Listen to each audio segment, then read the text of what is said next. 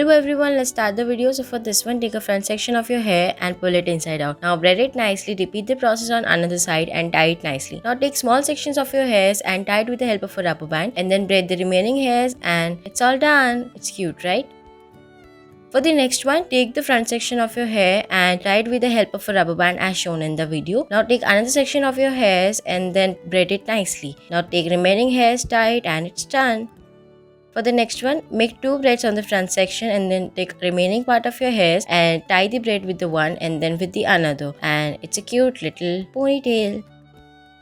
For this one, take the front section of your hair and then make braids out of it as shown in the video. Do it nicely and gently. Now take remaining hairs and tie it with it. Now take another remaining parts and tie it as shown in the video, and it's all done.